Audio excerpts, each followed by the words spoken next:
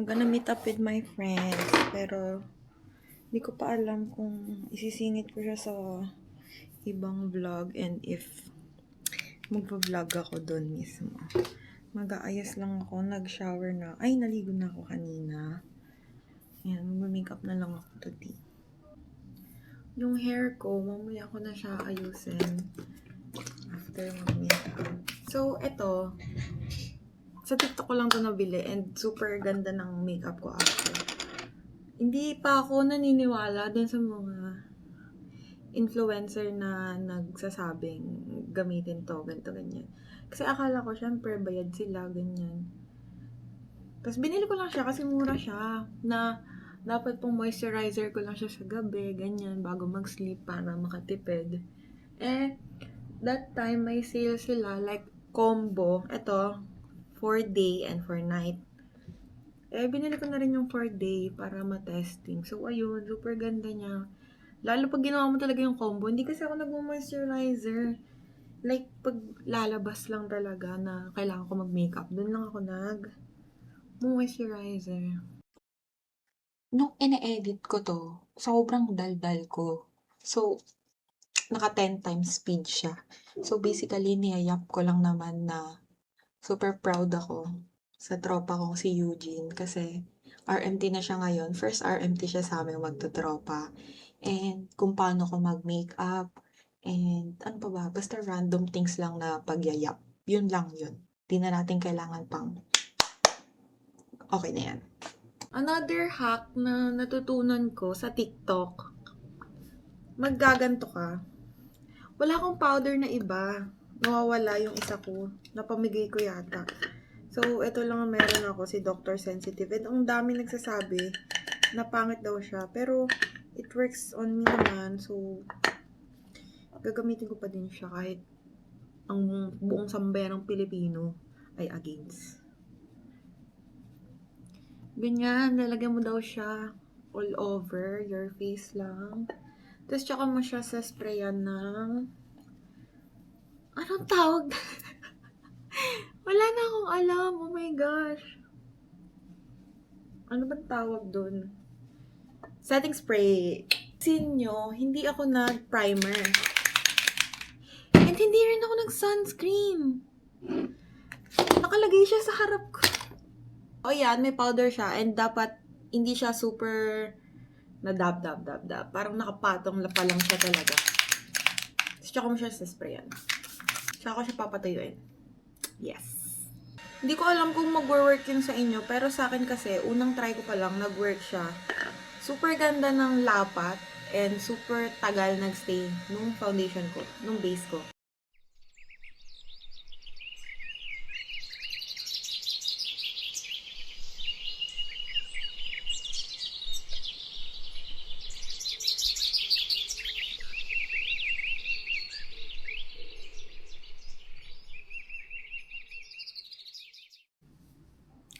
I'm done na. Namatay na naman yung camera. Pero, ang ginawa ko na lang nun is lipstick, setting spray ulit, powder, ganyan. And, itong hair ko, like, ito pa yung plancha, tsaka gunting. Kasi, nagupit ng bank si bakla. Tapos, hindi ko rin naman nilagay kasi, nagbago na yung isip ko. Paalis na ako and 4:09 na, 5 kami. Halos lahat naman kami late. So, yan lang. Si bakla.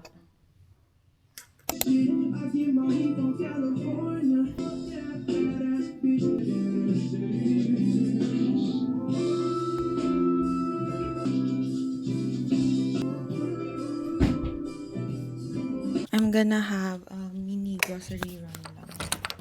Then, ay, bag ko. I think pang luto ko lang later and tomorrow if ako pa yung magluluto. Bye!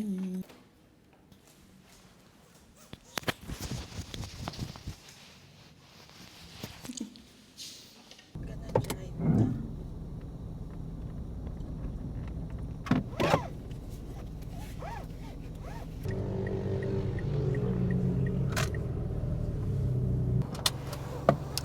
So, nakapag-park ako sa mismong tapat nila ng door. So, better.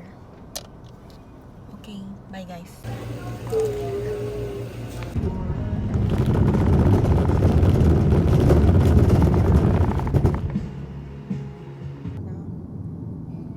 Hindi ko alam kung may dadaanan pa sa grocery store. Init, baklo. Grabe yung init. Yung nagpark kasi sa likod ko ng sobrang dikit. And hindi ko na siya kita. Kaya nahili ko. Thank you. Okay, let's go. Bye.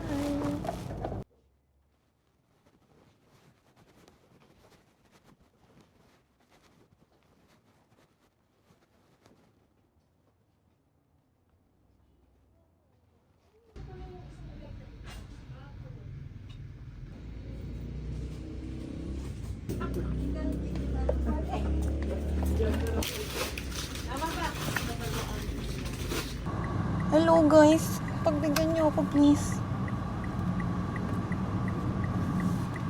Bilisan mo na. Yes. Nakalis ako ng parking. Sobrang sikip kasi. Ay, sorry. Sobrang sikip dun. Kaya nagdadalawang isip ako dumaan.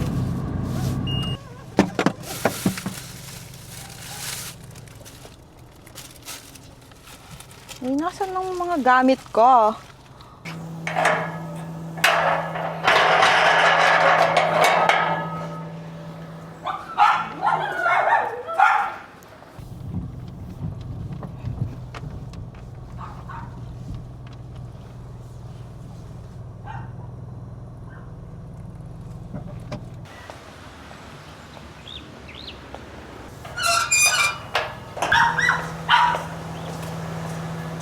Keme.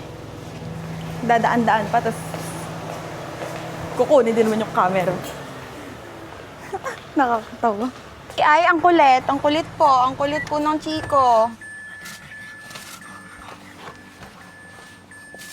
Sobrang dami. Ang so bigat.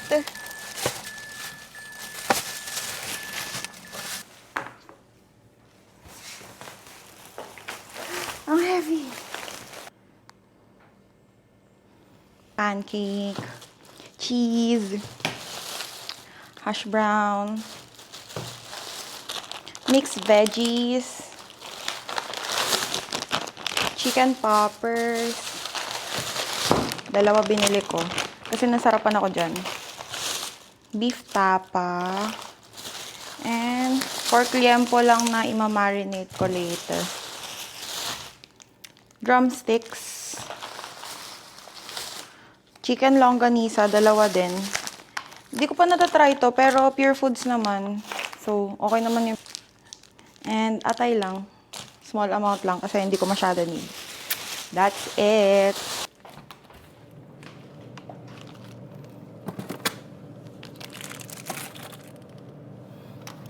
Keme! Si bakla, ayusin ulit kasi mali yung lagay.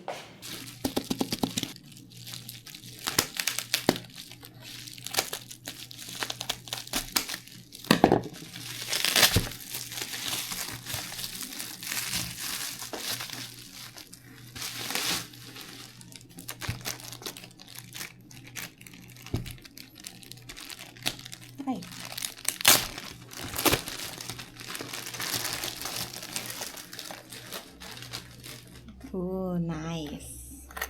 Akala ko white yung kinuha ko or gray. Black pa.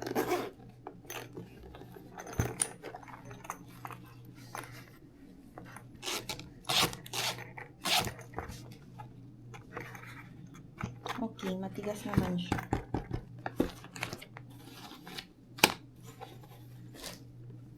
So, iba dito, like this one.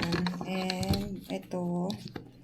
Tsaka ito sa mic to. So, babalik ko sila dun sa pouch na yun. Ito.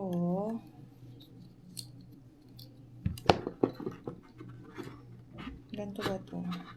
Oh, yes. Parang mali. Wait, parang wrong.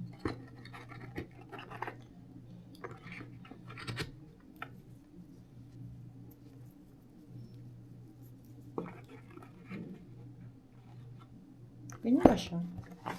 Okay. Tapos, yung ano ba tawag dyan? Yung pinagkalalagyan nyo ngayon, yung dito, then yung camera, and yung vision dock. Ito, yung mic. Hindi ko pa ito nagagawa ng video. Baka gawan ko kung paano. So, ayan.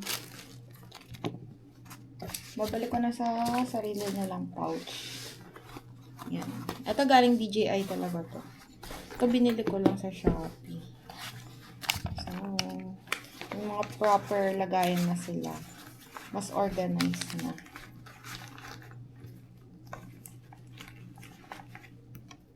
Yes. Di ko pa natatesting itong mga cable na to.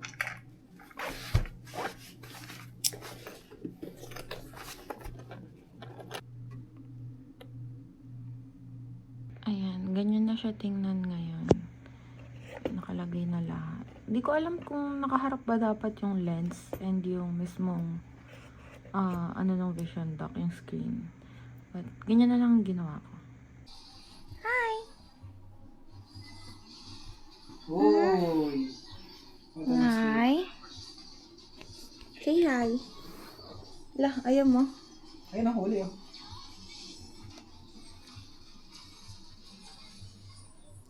Humiga. So, magnanap sana muna ako kasi ang aga ko nagising kanina. Kaso, it's 2 p.m. Magto 2 p.m. na. So, hindi pa rin naman ako nagla-lunch. Gagawa na lang ako ng ila-lunch ko. Bale, chicken lang. Chicken and mashed potato.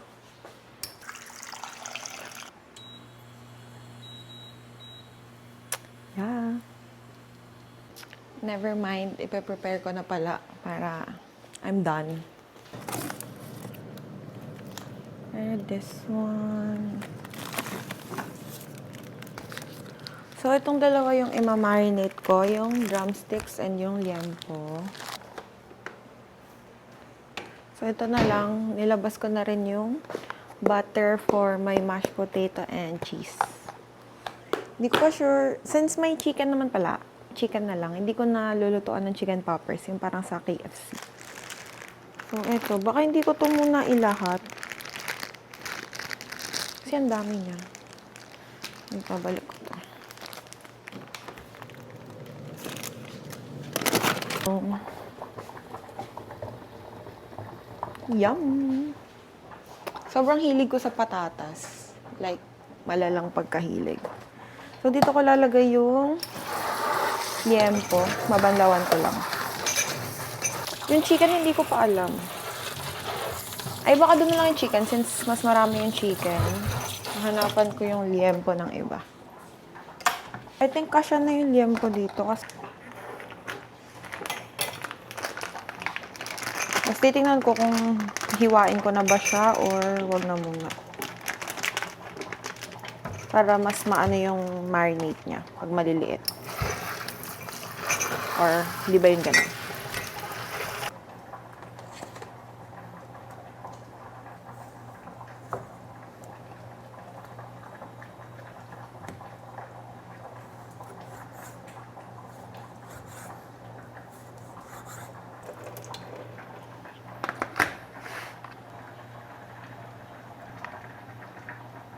Lambot na yung mashed potato ko.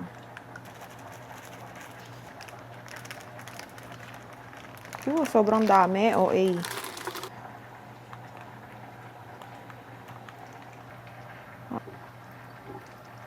Tcharan!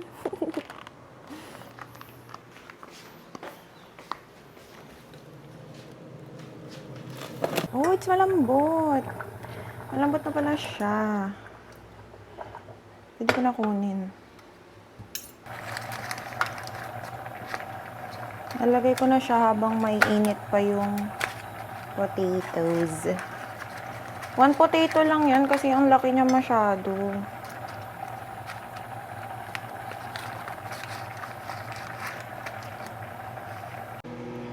I'm done. Iniinit ko na lang. Bale, nilagyan siya ng cheese on top, then more butter, then chicken. So, ito na yung natira. And yun na yung portion ko. With chicken. Tapos na. Yes. Maghahanap na lang ako ng papanoorin ko ngayon. So, bye!